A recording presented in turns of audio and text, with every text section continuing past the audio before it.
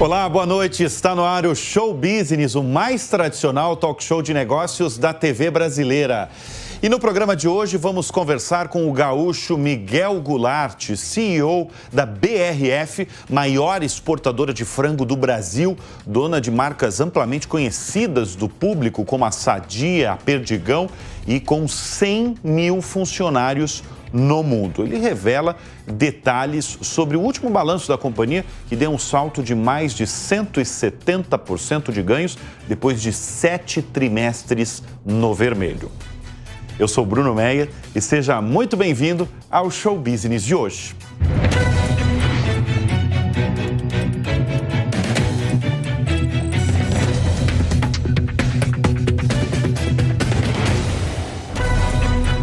Em setembro de 2022, a maior exportadora de frango do Brasil, a BRF, dona da Sadia e da Perdigão e com mais de 100 mil funcionários no mundo, anunciou uma mudança no comando. A liderança passou para as mãos de Miguel Gularte, que deixou automaticamente o cargo de CEO da Marfrig. Miguel é natural de Bagé, no Rio Grande do Sul.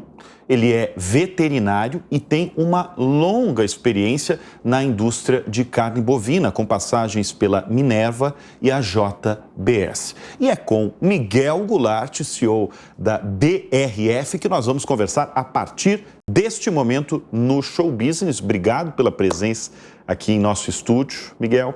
Muito obrigado pelo convite, é um prazer estar com você aqui. Miguel, a BRF ela vinha numa sequência aí de trimestres negativos, né? Só nos 3 primeiros meses de 2023, por exemplo, a empresa teve um prejuízo de R$1,5 bilhão de reais. Há menos de 2 meses, vocês anunciaram em um balanço trimestral lucro líquido de 754 milhões de reais no 4º trimestre agora de 2023. Isso é um aumento de 178,9% nos ganhos. Aí, se a gente comparar com o mesmo período do ano passado. É, enfim, portanto, uma reversão aí de 7 trimestres negativos e, finalmente, um trimestre no azul. O que aconteceu para ter essa reversão?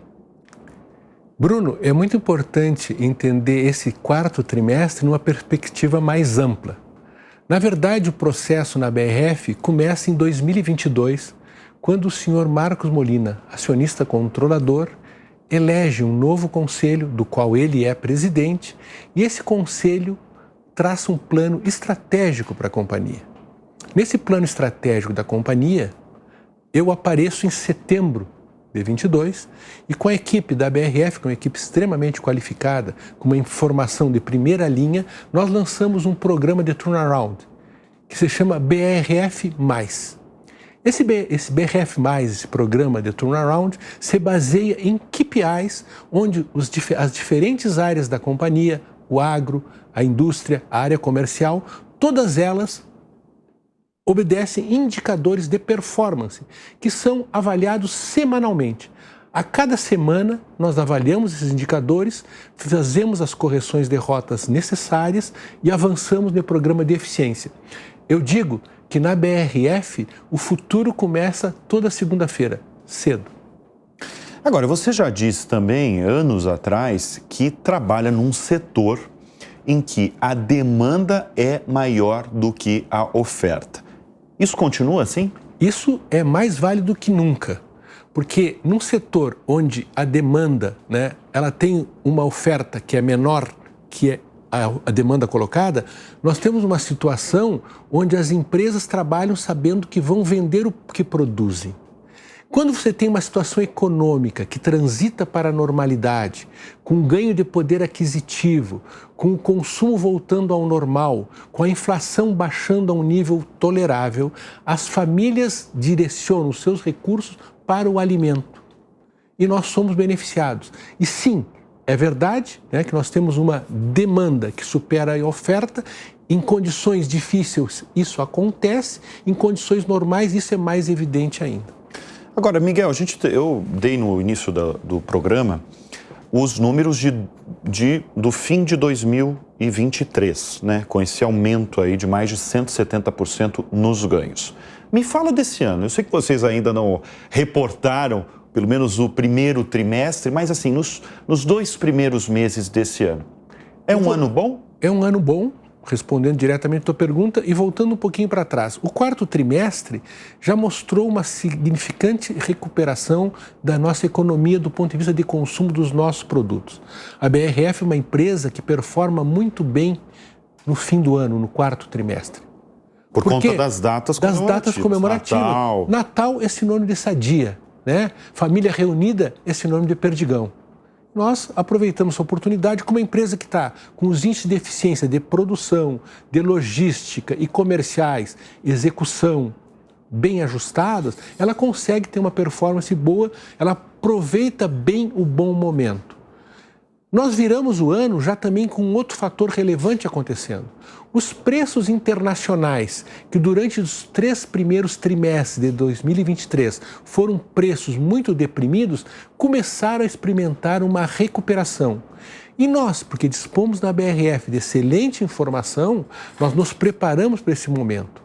Nós preparados para esse momento, que nós sabíamos que os preços em recuperação aconteceriam no quarto trimestre, nós reservamos produtos para comercializar no quarto trimestre e esse processo de recuperação de preços internacionais começados no quarto trimestre se mantém ainda presentes em 2024. Vamos falar do internacional mesmo, que você puxou esse assunto. A Sadia, como eu apresentei, é a maior exportadora de frangos do Brasil. Quais são os principais mercados? Nós temos na BRF a marca Sadia e a marca Perdigão performando na exportação, não só Sadia. Evidentemente que Sadia é a marca de performance muito forte no Oriente Médio. E se você olhar no Oriente Médio, se você olhar os dados do SESEX dos últimos 3 trimestres, primeiro trimestre de 23, segundo de 23, terceiro de 23, você vai ver que o MENA, que são os países do Médio Oriente, do Oriente Médio, eles compraram mais que a própria Ásia. Nós temos os dados de exportação, vou te dar uns números médios, 142 mil toneladas por trimestre exportados para o MENA e 138 mil toneladas médias exportadas de frango para a Ásia. Ou seja, o grande comprador dos anos anteriores, que foi a China e os países asiáticos, foram superados agora no quarto trimestre, no terceiro trimestre e no segundo trimestre de 2023 pelo MENA. Eu ia até perguntar se não houve uma transformação nos últimos anos, você que é líder dessas empresas há muitos anos, se não teve uma transformação aí de compradores estrangeiros dos produtos de vocês. Olha, é evidente, por exemplo, que a China foi o grande player dos últimos 3 anos do mercado de alimentos, né? A China, de ser um comprador coadjuvante, passou a ser o principal importador. No caso do bovino, para falar, 32% da importação do mundo é feito pela China. No frango, está muito perto disso, né? E existe espaço para crescer. Vou te dar um dado. O chinês consome 5 quilos de carne bovina per capita ano, 12 quilos de carne de frango e 47 quilos de carne suína per capita ano. Ou seja, tanto a carne bovina como a carne de frango tem uma performance por conquistar na China muito grande. E a carne suína segue tendo a preferência. Então, as perspectivas da China, como grande importador, mudou o mundo. O que aconteceu na prática? Os preços chineses acabaram, nos últimos 3 ou 4 anos, balizando os preços da proteína bovina, suína e de frango no mundo todo. E agora, e os outros países? E a América do Norte, a Europa? Tiveram que acompanhar os preços chineses. Tiveram que... Tá. Isso foi o que foi o fator motivador da grande suba das commodities de proteína no mundo todo a partir da importação chinesa massiva. Agora, para onde o brasileiro vai, todo mundo conhece a fama do churrasco, né? A carne realmente do Brasil é reconhecida como carne de qualidade. Você, como um bom gaúcho de Bagé, por quê? Você tem uma explicação de como a gente chegou e ganhou essa fama de carne de qualidade mesmo? Eu acho que o Brasil, em proteína animal, seja ela de suíno, seja ela de frango, seja ela de boi, ele é extremamente competitivo. Nós temos recursos naturais, sol e clima, nós temos pessoas e vocação, e nós temos espaço para crescer. Aonde vai acontecer a produção de proteína do mundo? É no Brasil. E agora nós temos ainda no nosso setor, do suíno e do frango, um handicap melhor ainda para colocar na mesa. Nós temos preço e produção de grão competitiva. Nós temos volume e preços competitivos, custos competitivos. Então o Brasil é uma potência, vai seguir crescendo, o nosso setor vai seguir avançando e o mundo vai seguir demandando. Agora, a gente está falando aí da indústria frigorífica, né? Você, Miguel, que está há muitos anos no setor, quais os cuidados que vocês têm? Você administra e lidera 100 mil funcionários. É um batalhão, é um exército de pessoas. Como é que é o treinamento dos funcionários da BRF? Quais os cuidados, até cuidados básicos? Queria que você apresentasse para a nossa audiência. Bruno, é uma coisa muito interessante. Quando nós tivemos o Covid, né, em 2020, a gente enfrentou todas aquelas restrições de produção.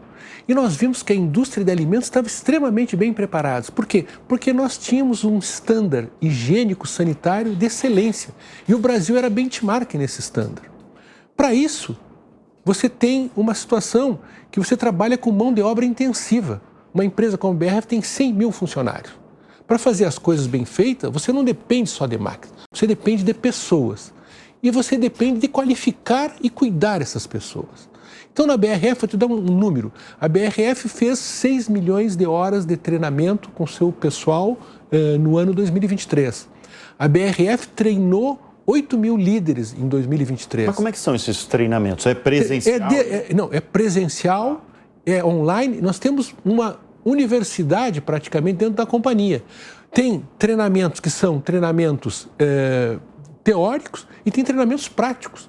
Porque a mão de obra intensiva é prática. Você tem que saber desossar um suíno, você tem que saber retirar um peito de um frango. Evidente, nós temos operações que são automatizadas e operações que são manuais. Você precisa estar com as pessoas preparadas ou para operarem a máquina ou para fazerem a operação manual. Então, isso depende de treinamento constante e com muita segurança. Porque cuidar das pessoas começa por cuidar da segurança dessas pessoas. E a BRF é benchmark mundial em segurança de pessoas. Os nossos índices de segurança são o estándar mundial. É a companhia muito bem ranqueada no mundo todo. Agora, eu recebo eventualmente, não é toda semana não, mas eu recebo eventualmente executivos, CEOs, presidentes de empresas que têm mais de 100 mil funcionários debaixo deles. Eu acho esse número fabuloso, né? Porque você imagina sentar todo dia na sua sala, na sua cadeira e você ter abaixo de você 100 mil pessoas que você, de certa forma, é responsável. Como é que é, Miguel, liderar, cuidar de 100 mil pessoas e até motivar essa equipe toda, esse exército todo de pessoas? Eu entendo que você tem que olhar o organograma de uma companhia no seu aspecto amplo. A BRF hoje tem um conselho de administração extremamente qualificado, com um controlador que conhece e tem experiência no negócio. Que é o Marcos Molina. Marcos Molina. Esse conselho de administração traça os rumos estratégicos da companhia. E nós somos executivos que vamos transformar essa estratégia em prática. Para isso, a primeira coisa que eu sei é que eu não estou sozinho, eu tenho uma equipe extremamente qualificada e preparada para os desafios que nós temos no dia a dia. E nós temos os KPIs, que são esses indicadores que nós constantemente, de forma permanente, estamos olhando, aferindo e melhorando. Uma indústria passa por um processo de melhoria contínua, não é um discurso, é a prática. Se você não melhorar a cada dia, você não avança. Para você avançar, você tem que ter qualidade de informação, qualidade de pessoas e um rumo estratégico correto. Esses 3 ingredientes são os ingredientes fundamentais para você ter êxito no seu trabalho, na BRF estão presentes. Pois é, você está falando de equipe, né? Você tem certamente vice-presidentes, diretores ao seu lado, né? Você está, inclusive, exaltando todos esses profissionais que trabalham com você. O que você valoriza num profissional e, sobretudo, aquele profissional que você promove? Eu entendo que o profissional ele tem que ter uma ambição de crescimento e de preparação. A pessoa sempre tem que estar preparada para os desafios e se preparar para esses desafios e aceitar os desafios.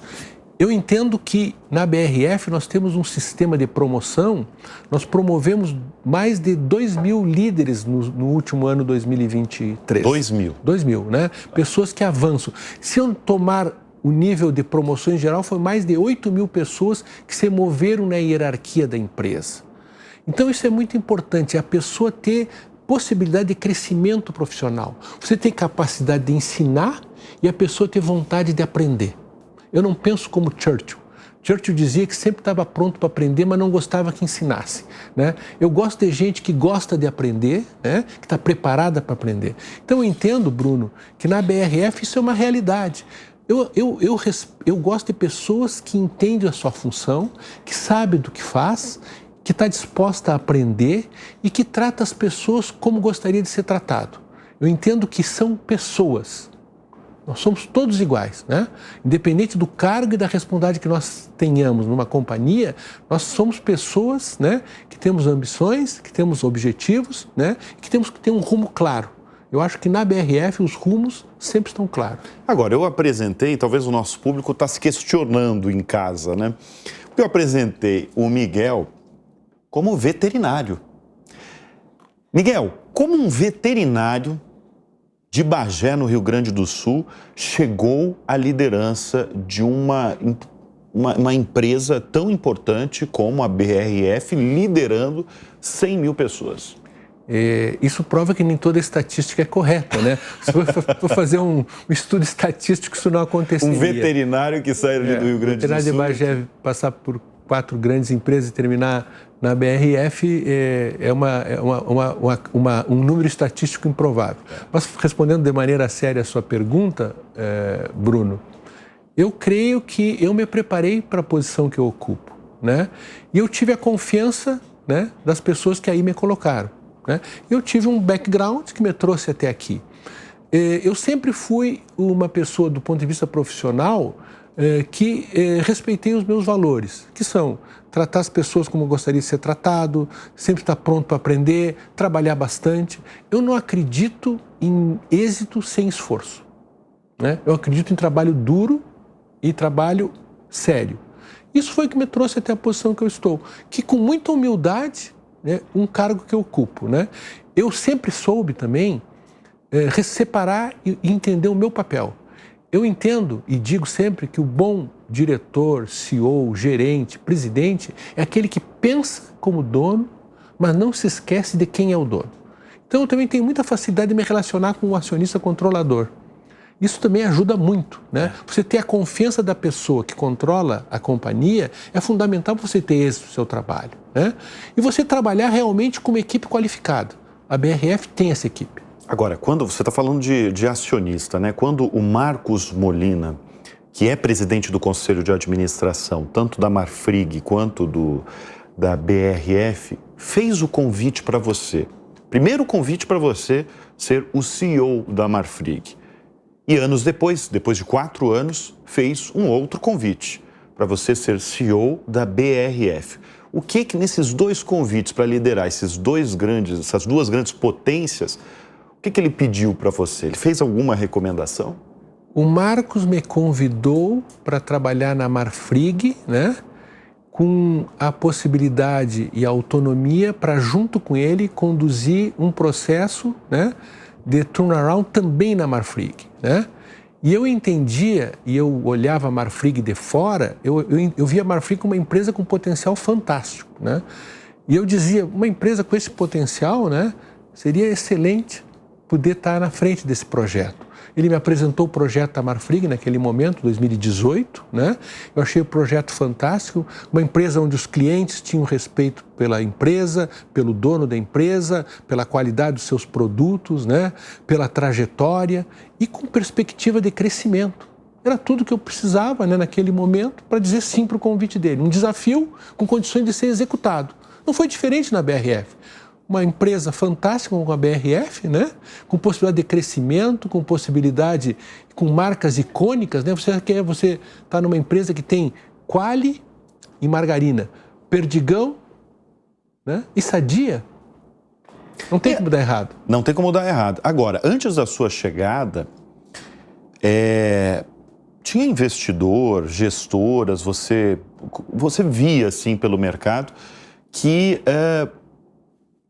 muitos gestores viam a BRF que ela não tinha alcançado, vou até ler a palavra que eu ouvi, isso antes da sua chegada, que a BRF ela não tinha alcançado o seu devido potencial, mesmo sendo uma das maiores produtoras de alimentos do mundo. Claro que na época você estava na liderança da Marfrig, mas você tem uma explicação de, antes da sua chegada, ter uma desconfiança, vamos chamar de desconfiança do mercado? Não, eu acho que eu tinha a mesma sensação. Você tinha que mesmo? Que a BRF estava aquém das suas possibilidades. Isso seria uma parte do meu desafio, né? Com uma equipe, eu olhava, uma equipe qualificada, marcas icônicas, uma distribuição geográfica espetacular. A BRF tem fábricas nos locais onde o grão é abundante e é barato. São quantas fábricas? São mais de 32 fábricas no Brasil. 32 fábricas? 32 no Brasil, são 38 no total. Isso em vários CDs, mais de 24 CDs, né? Tá. E está em 6 geografias. A BRF é uma potência, realmente. Uma empresa que ela abate 1 bilhão e 600 milhões de frangos por ano, 10 milhões de suínos por ano e tem 10 mil integrados. Uma empresa que tem todo o processo da cadeia em casa. Ou seja, ela tem desde a avó até o produto final. Então, uma empresa integrada completamente, com produtores, com uma história, com marca, né? E agora com um acionista que conhece o negócio. Eu te diria que isso é o ingrediente certo para a empresa performar. E uma empresa que não vinha performando por razões que eu não vou entrar no mérito, né? Mas com o potencial que eu enxergava, assim como o acionista controlador também, porque ele fez um investimento na BRF porque ele sentia e enxergava esse potencial, quiçá antes que todo mundo, né? Agora, você citou um monte de números aí, né? Uhum. Fim do ano, como é que é a preparação de vocês para um Natal, para essas datas comemorativas? É uma maratona. É uma maratona, né? Imagina. Quantos frangos vocês vendem, produzem? O nosso Natal, o nosso quarto trimestre, né? É um quarto trimestre de mais de 15 bilhões, né, de faturamento. 15 bilhões de faturamento, de reais de faturamento. No quarto trimestre, tá, né? E aí nós temos, em comemorativos, mais de 50% do mercado, 57% do mercado. E nós vendemos kits natalinos, esses kits que as empresas dão para os funcionários no final do ano, nós somos os principais vendedores de kits do Brasil. Então, é uma maratona, você armar kits, né? Milhões de kits. Vocês contratam mais gente. Nós contratamos mais gente, sim. É sempre o nosso trabalho, ele tem o seu grau de automação, mas ele passa muito pela mão de obra. E a automação, ela tem aumentado nos últimos... A automação tem aumentado, mas ela não relega segundo plano a mão de obra. Elas são coparticipantes. A gente está falando, claro, de marcas amplamente conhecidas dos brasileiros. A Sadia, por exemplo, é considerada aí a marca de alimentos mais valiosas do Brasil e este ano está completando 80 anos, né? E a Perdigão 90. A Perdigão 90? Esse ano? Esse ano também. Segundo semestre a Perdigão faz 90, primeiro semestre a Sadia faz 80. Pois é, como manter a relevância de marcas por tanto tempo? Primeira coisa, cuidando da qualidade. Cultivando o consumidor. O consumidor cada vez demanda mais qualidade. E isso é uma atenção constante, produzindo com muito carinho, com muito amor e com muito cuidado nossos produtos. Entendendo e interpretando os desejos do consumidor. A BRF tem uma área de produção e de inovação muito expressiva. Nós temos um centro de inovação aqui em Jundiaí que já está prevendo o que o consumidor vai desejar ter na sua mesa no ano que vem ou daqui a 2 anos. Eu quero que você fale para o nosso espectador o que essa turma de inovação aí está vendo dos próximos tempos aí do consumidor brasileiro. O consumidor brasileiro, à medida que o tempo avança, ele quer facilidade e praticidade, né? A dona de casa quer chegar num lugar, né, no seu lar, e esquentar uma lasanha da Perdigão, um frango da Sadia, né?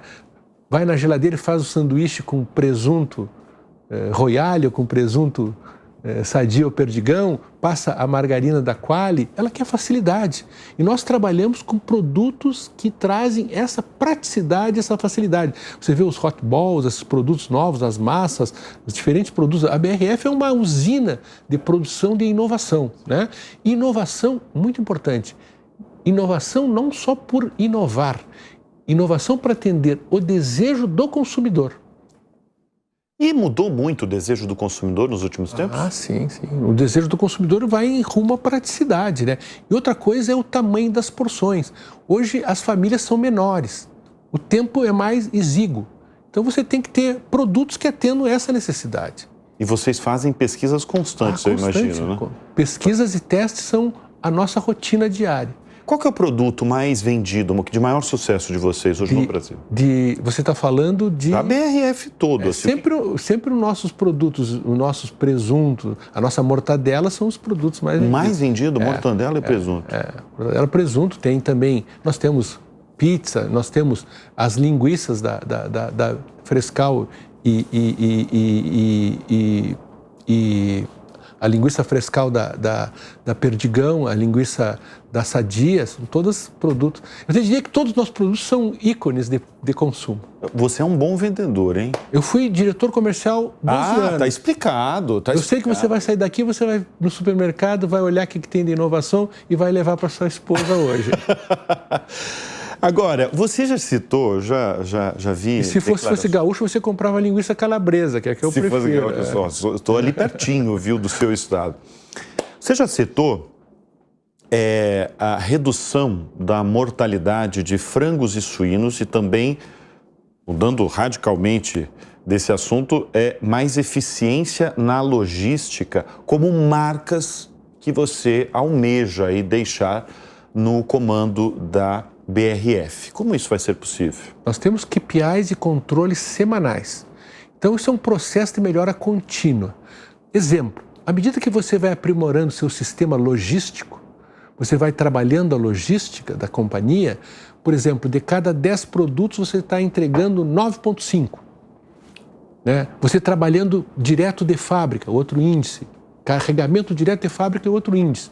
A BRF tinha, vamos dar um número, 60% do que ela produzia carregava da fábrica direto ao consumidor. O resto ia para um CD, aí formava a carga do CD e ia para o consumidor. Hoje nós vamos direto ao lugar do consumo. Na exportação, nós trabalhamos também de forma direta ao porto. Outro exemplo claro, estoque sem venda. Nós terminamos com o estoque sem venda na BRF. O que é o estoque sem venda? Estoque sem venda é aquele estoque que você produz para vender. Né? Nós agora vendemos e saímos a produzir o que nós vendemos. Então você tem muito mais assertividade. Outro aspecto também é o seguinte, à medida que você começa a elevar os seus níveis de eficiência logística, o produto que fica no circuito entre a planta e o porto diminui. A BRF trabalhava com 80 mil toneladas entre fábrica e porto. Esse circuito hoje é menos de 23 mil toneladas, 22 mil toneladas. Então é uma forma de tu aumentar o shelf life do seu produto, porque o produto já está no consumidor com muito tempo de antecipação, o seu lead time entre produção e destino diminui e, consequentemente, todos os indicadores financeiros, fluxo de caixa, faturamento, tudo melhora, né? Você costuma andar aí por esse Brasil com tanta fábrica que você comanda, tanto centro de distribuição? Eu te diria que eu gostaria de andar muito mais. Eu adoro fábrica. Tá. Se eu pudesse, eu passava em fábrica. Né? Se pudesse, o teu escritório seria ali na fábrica? Seria na fábrica. Porque eu sou uma pessoa originária de fábrica. Eu fui 15 anos diretor industrial. Então, eu sou um sujeito que pensa de capacete, bota e uniforme branco, assim que eu... Mas você vai de vez em quando? Eu vou muito seguidamente, menos do que eu gostaria, né? Mas nós temos uma outra característica, nós temos um vice-presidente de operações que eu só vejo ele na segunda-feira. Porque ele está... nós dizemos que ele pegou o avião da empresa para ele, né? Nós não vemos mais o avião. Terça-feira ele já desaparece, volta sexta-noite, né? Por conta até por conta do cargo dele, né? Vice-presidente de operações. Mas é muito importante também que as pessoas vejam que nós damos importância para o que acontece nas fábricas, né? Porque aqui a gente tem que ter... E tem uma coisa que eu sempre defendo, Bruno. O corporativo deve existir para servir a fábrica, e não a fábrica para servir o corporativo. Nós estamos no corporativo para prestar serviço às fábricas. As coisas acontecem nas fábricas. Aí onde acontece a produção é que as coisas são inicialmente relevantes. Nós estamos aí para dar o apoio. Muito bem, nós temos uma participação da nossa comentarista de agronegócio aqui do Grupo Jovem Pan e também apresentadora do Hora H do Agro, que é a Kellen Severo, que tem uma pergunta para você. Vamos acompanhar. As perspectivas são de que o agronegócio desacelere em 2024 e tenha uma menor contribuição no PIB do Brasil neste ciclo. Diante deste cenário, a BRF pretende diminuir investimentos no país também? Pergunta importante. Super relevante. Eu sou ouvinte da Kellen também de manhã, quando ela faz a participação no Jornal da Manhã, eu escuto os comentários dela. A pergunta dela é relevante e importante dar a resposta da nossa visão. É importante ver em perspectiva. O que nós temos no agro é uma reacomodação de alguns preços dessas commodities que tiveram um processo de crescimento exagerado em alguns aspectos, né, por uma demanda chinesa que foi muito relevante durante a pandemia, né, e que se mantém e vai se manter no futuro, mas que sofreu um ajuste de preço. Carne bovina. Nós tivemos dianteiro bovino valendo $7.200 a tonelada. Nós tivemos carne suína valendo preços bastante elevados. Isso aí veio para um processo de normalidade, a demanda perdura e vai perdurar. Nós tivemos uma diminuição das safras no Brasil em anos anteriores, né? Essa safra foi recorde o ano passado, vai ser ótima esse ano. Nossos modelos preditivos prevêem uma safra super relevante e muito importante. Ela vai ser um pouquinho menor que a do ano passado, mas vai ser plenamente compensada pela safra argentina e pela safra americana. Então nós vamos ter uma oferta de grãos abundante. O agronegócio brasileiro vai seguir crescendo. Talvez não cresça as taxas que nós vimos acontecer nos últimos 2 ou 3 anos, mas vai seguir sendo crescente, vai seguir sendo relevante. No caso da BRF, nós vamos acompanhar esse crescimento, porque nós estamos vendo um crescimento da demanda. Nós tivemos agora... Você teve há pouco, né? Em Goiás, onde? Eu tive ontem, feira, né? Ontem eu tive em Lucas do Rio Verde, né? Uma feira com potencial crescimento, com os produtores entusiasmados, né? Com colheitas vindo, você sobrevoava a região, colheitas espetaculares. É isso que eu ia perguntar, como é que está o ânimo dessa turma? A turma está muito animada. Está muito animada, está muito animada. Você às vezes vê a notícia e fala com as pessoas, você vê que as pessoas estão até mais animadas que o que parece na imprensa. É mesmo? O agrobusiness não está desanimado. E o agronegócio ele é responsável por quase 30%, né? 27%, 30% do PIB brasileiro, né? E vai seguir crescendo. Você acha que continua esse número e segue crescendo? Nenhuma dúvida. O Brasil tem condições de aumentar a produtividade e a produção. O Brasil vai aumentar em quantidade e em produtividade. Ainda tem espaço para crescer. O agronegócio é extremamente produtivo e extremamente profissional. Está com todas as condições de seguir crescendo e nem tenha dúvida que vai seguir crescendo. A gente estava falando sobre automação, sobre o trabalho humano, né, de tantos colaboradores que vocês têm, da importância da fábrica, né? Como é que entra a inteligência artificial no setor de vocês e na BRF? Já chegou? Está chegando ou vocês nem pensam? O nosso vice-presidente de pessoas e de processos, né, ele era ex-IBM. Então, a BRF, dentro desse modelo preditivo dela, né, que trabalha com uma informação extremamente qualificada. Eu disse que o centro... E vocês têm muitos dados. Muitos dados. Então, a inteligência artificial já está na BRF avançando rapidamente. Eu vou te dar um exemplo. Quando eu cheguei na BRF, eu disse o seguinte, fazendo um paralelo, né? Eu estava acostumado a dirigir um carro com instrumento analógico, né? Porque aí tinha aquele ponteirinho que subia, descia. A BRF é um painel 3D. É mesmo? O risco é você não saber qual número olhar. Porque são muitos números. São muitos, você tem que escolher os números certos. A informação está disponível. Muitas dessas informações já estão baseadas em inteligência artificial. Você já tomou muita decisão nos negócios baseado em inteligência artificial? Sim, nós temos área de recursos humanos que tem muitas informações inteligentes. E vai te alimentando o tempo todo. E vai alimentando, sim. Os modelos preditivos de pricing, eles têm um apoio em inteligência artificial também. E a tendência é cada vez mais. Por exemplo, nós temos, a BRF é uma empresa que prepara as pessoas, né? Então, por exemplo, nós tivemos técnicos agora participando de todas essas feiras de tecnologia no mundo todo. Nós temos sempre alguém da BRF atento ao que está de novo, o que está de inovação, para trazer para dentro da companhia. Nós tivemos, semestre passado, várias reuniões com empresas de alta tecnologia que estão bem avançadas em inteligência artificial.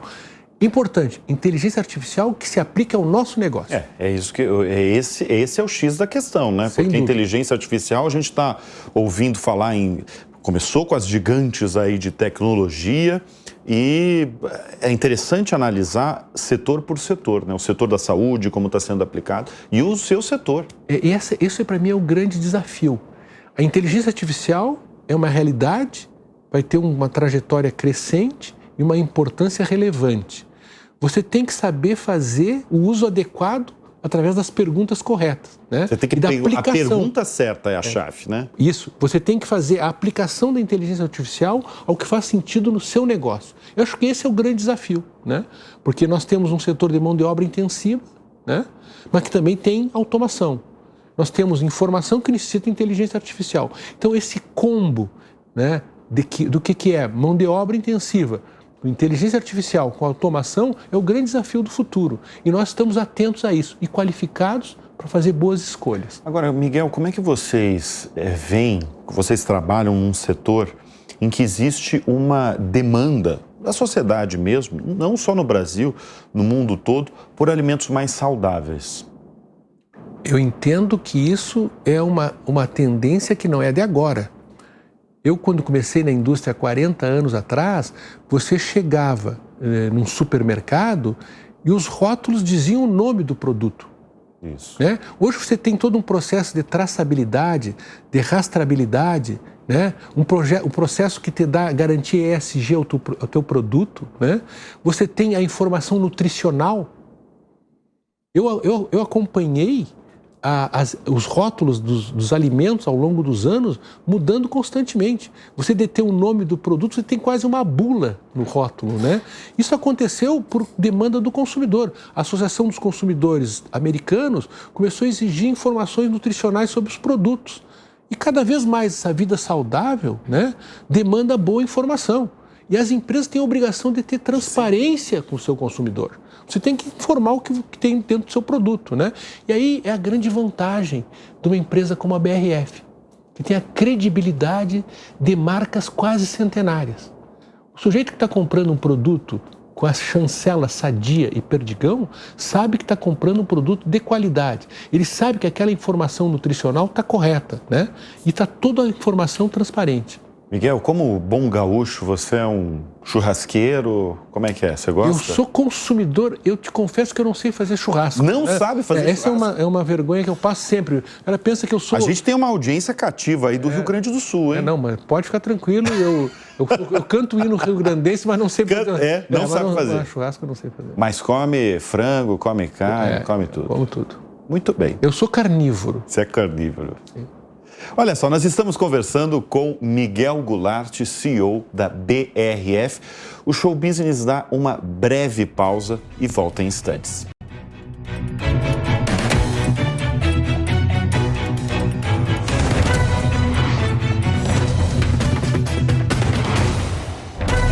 E nós voltamos com o Show Business em mais um bloco com o Miguel Goulart, presidente e CEO da BRF, a dona da Sadia e da Perdigão. Quais os planos da BRF para 2024, 2025, 2026? Você, como líder de uma grande empresa, você está otimista? Nós estamos otimistas porque nós estamos vendo uma recuperação da economia, estamos vendo uma recuperação do consumo e porque nós somos uma empresa que acredita no futuro e se prepara para ele. Então, sim, estamos otimistas, nós temos planos de crescimento da BRF, tanto na área de processados, como na área de produção de produtos in natura, de pratos e de inovação. Então, a gente está bastante otimista. Bom, você já revelou aqui no Show Business, no primeiro bloco, no início do primeiro bloco, que já tem crescimento em vendas nesses primeiros meses de 2024. Sim, né? Um crescimento relevante. Não foi divulgado, né? A BRF é uma empresa de companhia aberta. Não foi divulgado ainda o... Quando vem o próximo balanço? Nós terminamos o quarto TRI, né? Agora dia 26 de fevereiro, né? E a nossa divulgação do primeiro trimestre é em maio. É em maio. A gente também falou sobre a exportação, né? Você trabalha com marcas, vou só citar a Sadia, que é a maior exportadora de frango do Brasil. Tem uma característica que separa o consumidor brasileiro de outros países? O consumidor brasileiro, ele tem características muito similares, porque o mundo se globalizou, né? Então nós temos hoje uma similaridade muito grande entre os consumidores de todo o mundo. Esse anseio por praticidade, essa exigência de qualidade é uma característica constante em todos os mercados. Mundial, né? Você vai na América do Sul, evidentemente o poder aquisitivo é um pouco menor, né? E você tem que trabalhar com produtos que atendam características de custo e de preço em determinados mercados e nichos. Se você vai para exportação, você atinge outros mercados e outros nichos com algumas outras características, às vezes de poder aquisitivo mais elevado. Sim. Mas, em geral, qualidade e praticidade são características constantes. Agora, tem uma característica de algum país que você acha mais exótica, mais diferente? Não, você como brasileiro mesmo? Não, é que tem os aspectos religiosos. Por exemplo, você exportar frango para o Oriente Médio tem que ser abatido sobre a prática halal, né? Se você exporta para... Qual que é essa prática? A prática halal é uma prática de abate, né, com as leis muçulmanas, né? Então você tem um abate que é feito de forma especial por uma equipe de pessoas que faz a inspeção. Então é uma característica religiosa para um produto atingir um determinado mercado. A sua fábrica tem que ser inspecionada e tem que ser aprovada para abate halal. Isso aqui? Aqui no Brasil. Aqui no Brasil. É inspecionado. É inspecionado aqui. Inspecionado o abate, primeiro a fábrica habilitada. Tá. E o abate inspecionado. Muito bem, não sabia disso não.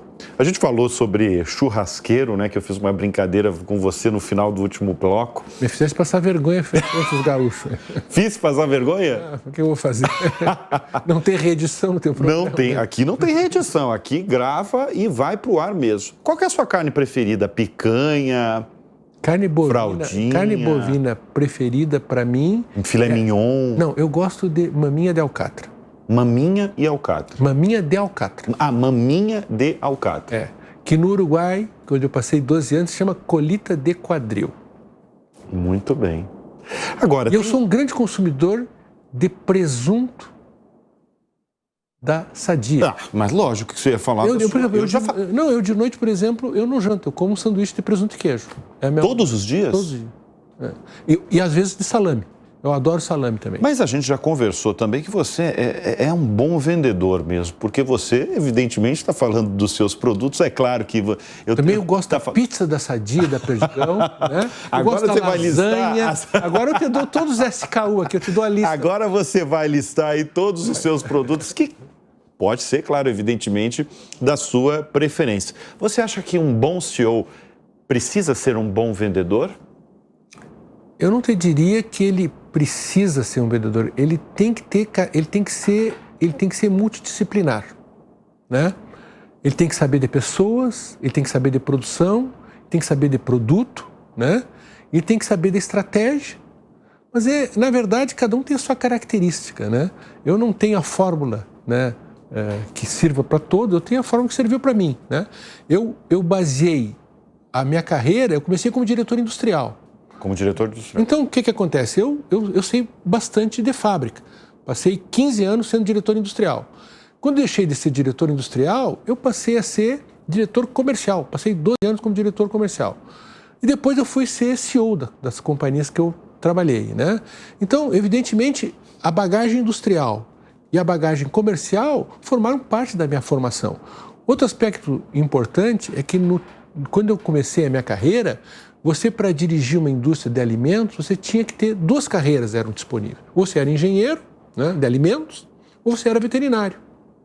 Né? Ou veterinário, tá. Alimentos era assim, claro, você tinha outro trabalhando, você tinha engenheiro mecânico, você tinha administrador de empresas, você tinha até advogado, você tinha todas as carreiras participando da administração. Mas do ponto de vista técnico, era engenheiro de alimentos ou veterinário. Essa era a escolha que as empresas faziam. Até porque o Brasil estava começando um processo de exportação. E para te assinar como responsável técnico, você tinha que ser o veterinário ou engenheiro de alimentos. Agora, você nunca atuou, né, como veterinário? Da indústria de carnes, eu comecei como controle de qualidade como veterinário. Ah, como veterinário? Eu era controle de qualidade. Por isso que, para mim, qualidade não é opção. Qualidade é a única opção. Tá. Eu era controle de qualidade. Eu fui durante 8 anos, eu comecei como controle de qualidade, supervisor de controle de qualidade, gerente de controle de qualidade, diretor de controle de qualidade. E você... Então, qualidade funciona sempre. Qualidade. E você escolheu fazer uma faculdade de veterinária, por quê? Eu sou filho de advogados, a minha mãe era professora universitária, né? E nós somos 4 irmãos, né? E meu pai sempre disse que a herança que nós íamos ter era a herança intelectual, tinha que se formar, né? Era uma cidade rural, Bagé, né? Tinha faculdade de veterinária e agronomia, eram os principais cursos dessa universidade. E eu tinha muita dúvida se eu queria ser médico ou se eu queria ser veterinário. Acabei sendo médico veterinário, né? Porque na universidade que eu queria estudar, não tinha curso de medicina. Então, para optar para a área de ciências, eu optei por veterinário. Mas eu não queria ser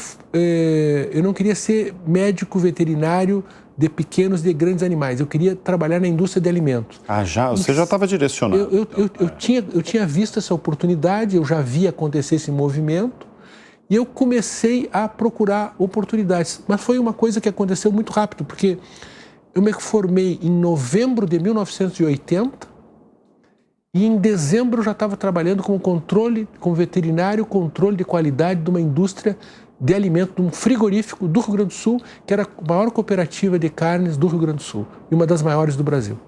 Miguel, vendo a sua trajetória, né, você está falando de cargos que você começou lá embaixo, né, como supervisor, antes de supervisor. Controle de qualidade, nem supervisor. Controle de qualidade. Controle de qualidade, supervisor. Você foi galgando posições e começou muito cedo também, né?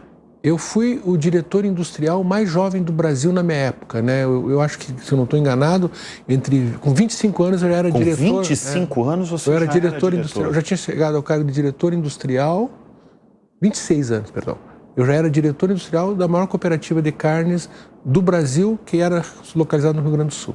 Você analisando toda a sua trajetória aí, vamos pegar quando você já era muito jovem e já era um diretor, né, 26 anos. O que você acha que foi determinante aí para você galgar, talvez até rapidamente, cargos tão elevados e com tanta responsabilidade? Eu acho que a gente tem que sempre liderar pelo exemplo, né? Se você quer que as pessoas trabalhem, você tem que trabalhar duro. Se você quer que a empresa faça as coisas certas, você tem que fazer as coisas certas. Eu acredito em trabalhar bastante, né? Trabalho duro, né? Eu acredito em tratamento adequado com as pessoas, né? Em respeito mútuo, né? E eu sempre gostei de começar cedo o meu trabalho, né? Cedo que você diz é o quê? Eu escuto o Jornal da Manhã, eu começo no escritório, eu chego entre 6h30 e 15 para 7. Você vai escutando o Jornal da Manhã. Mas quando comecei, eu começava às 5 horas da manhã, né?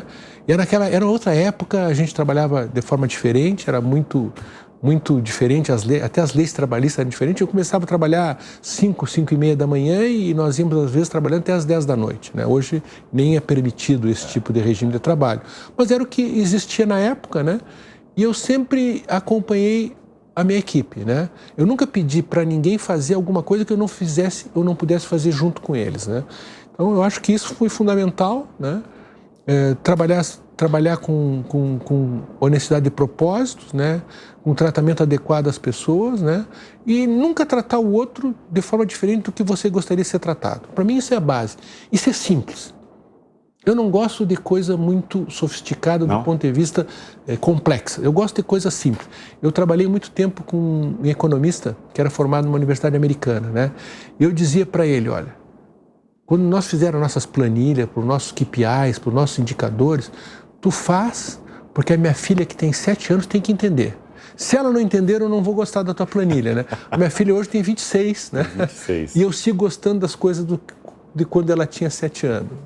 Simplicidade. Simplicidade. Simplicidade é a fórmula do sucesso para que as pessoas interpretem, entendam e aceitem seguir aquela diretriz. E na vida pessoal você também é assim? Sujeito simples? Totalmente simples. Você falou que você começa cedo, 6 da manhã, vai até que horas mais ou menos o trabalho? Eu começo cedo e eu trabalho até 6, 6h30. Eu sou muito disciplinado. Por exemplo, uma coisa fundamental para mim, as pessoas que trabalham comigo e que estiverem nos assistindo vão saber. Por exemplo, se a reunião é às 7h30, é às 7h30. Nós chegamos tanto na Marfrig quanto agora na BRF, então 7h30 a reunião. 7h25 eu já estou na sala, 7h24, né? E você olha torto para quem chega... Não, todo mundo chega. Porque, não precisa falar. Todo mundo vai chegar, né? Não, todo mundo chega, porque as pessoas veem que você chega, todo mundo chega. E porque é a cultura. É a cultura da empresa. Por exemplo, o BRF+, que nós já temos um modelo 2.0 para 2024, ele é baseado em performance. Você não faz performance sem esforço, tem que haver esforço. Então, vou dar para terminar o que eu estava falando do horário, né? Nós ficamos, está todo mundo na sala, a reunião está marcada para 7h30. Nós não começamos às 7h29, nós começamos às 7h30. Né? Das 7h30 começa a reunião. E é assim que funciona. Eu respeito o tempo do outro e gosto que respeite o meu tempo. Isso se transforma num processo que todo mundo começa a fazer assim. E a BRF é uma empresa muito disciplinada, com gente extremamente qualificada. Eu te digo que é impressionante a qualidade humana, não só da Marfrig, que eu tive a honra de dirigir, né, como da BRF. Né? Eu acho que, em geral, o brasileiro é um povo trabalhador. Eu tive 12 anos no Uruguai. Também, o Uruguai tem uma cultura do horário rígido também. Né? O uruguaio é muito inglês nos seus horários. Né? Então, isso também me ajudou, essa cultura. Por exemplo, eu quando vim para o Brasil, Bruno, eu tive uma dificuldade, né? Porque o brasileiro, ele às vezes... ele é mais informal, né? E ele interrompe o que você está falando, né? Eu, quando cheguei e comecei a trabalhar no Brasil, voltei para o Brasil, tinha ficado 12 anos no Uruguai, né? Eu estava numa reunião que tinha muita gente, né? Eu esperava a minha vez de falar. Aí eu comecei a ver que a dinâmica no Brasil não era bem assim. Você tinha que interromper, porque senão você não falava, né? Não importa o seu posto, a sua hierarquia, o brasileiro às vezes interrompe. Eu nunca interrompo uma pessoa falando, né? O que você gosta de fazer nas horas vagas? Quando você não está no escritório, fora, assim, nos finais de semana? Não, eu, por exemplo, sou muito disciplinado. Então, por exemplo, eu faço ginástica todos os dias. Todos os dias? Eu chego em casa às 7h30, né? 7h35, 7h45. Aí tem um personal trainer que eu faço treinamento. Eu gosto de correr, faço corrida. Corrida na esteira ou na rua? Na rua também. Na rua. Parte dessas provas da track field, essas provas de rua, eu participo. Eu faço corridas e musculação na terça e na quinta. E eu jogo não, é um atrevimento da minha parte. Eu tenho aula de tênis segunda, quarta e sexta. E caminho com a minha esposa, que ela também gosta de atividade física, nós caminhamos sábado e domingo. E eu digo que para mim é uma tortura o tênis. Que o meu professor não esteja escutando. Ele vai escutar, mas é claro que ele vai escutar. Eu até vou dizer para ele não escutar. Porque eu fui um excelente jogador de futebol salão, modéstia à parte. E eu estou condenado futebol de salão? Eu era muito bom. É mesmo? Eu sou filho e neto de jogador de futebol. Meu pai era profissional, meu avô também. Então eu jogava muito bem futebol. Talvez não Por tivesse... que não seguiu? Porque era um excelente. Eu tinha que trabalhar das 5 da manhã às 10 da noite. Ia faltar um pouquinho de tempo para jogar. Exatamente. Mas mesmo assim eu joguei bastante futebol de salão. E eu vejo que eu sou um tenista medíocre, eu estou condenado à mediocridade. Eu tenho vários amigos que são tenistas, são bons tenistas. Né? Então eles dizem, vão fazer um treino. Não. Por que não? Porque eu não quero perder para você. Eu não gosto de perder, entendeu? E se você não vai aprender a perder, não só não sei perder, como eu não quero nem aprender a perder. Ô Miguel, quem são as suas referências na vida, nos negócios? Você falou ao longo deste programa do background e das lideranças que te acompanharam ao longo da trajetória, que você, eu entendi pelo menos, que você foi absorvendo ao longo da tua trajetória. Você tem referências? Eu tenho tantas referências e fui tão privilegiado nas oportunidades que eu tive que eu não quero cometer o erro de me esquecer de alguma. Se eu citar aqui, eu vou me esquecer de pessoas. Mas durante toda a minha vida, Bruno, e não é uma frase feita ou de efeito, eu sempre tive o privilégio de trabalhar com gente que me ajudou muito do ponto de vista de crescimento pessoal e profissional, né? Eu, durante toda a minha trajetória, desde que comecei em Bagé como controle de qualidade, eu sempre tive excelentes referências.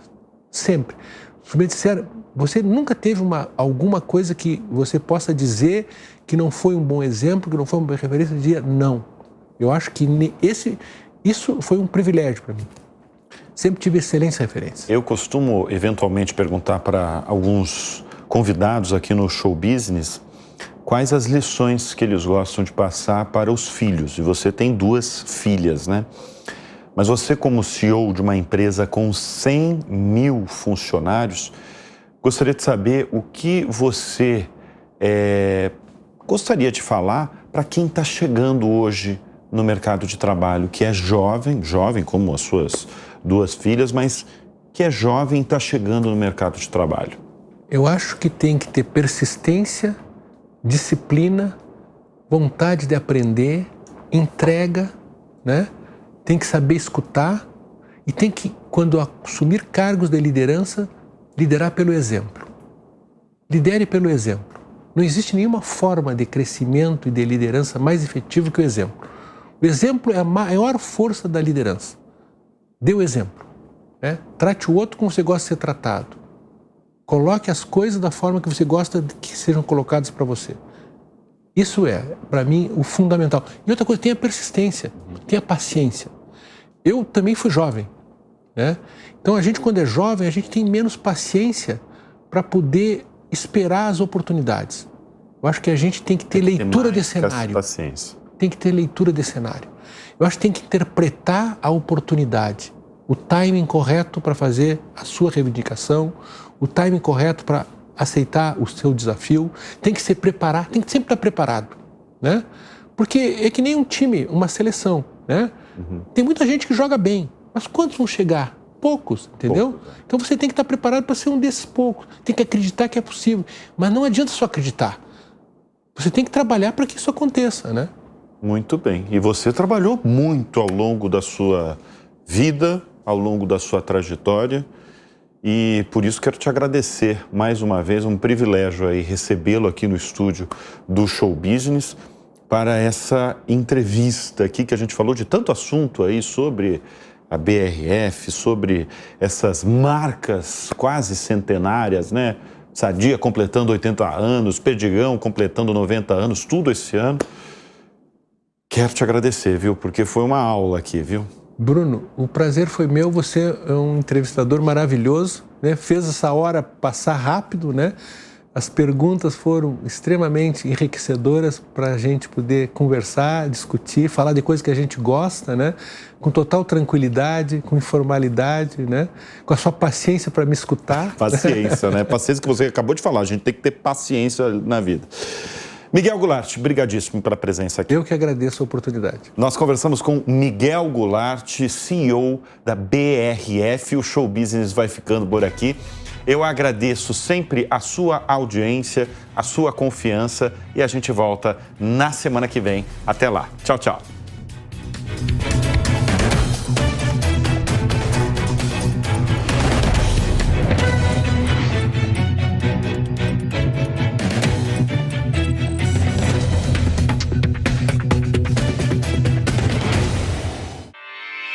Realização Jovem Pan News.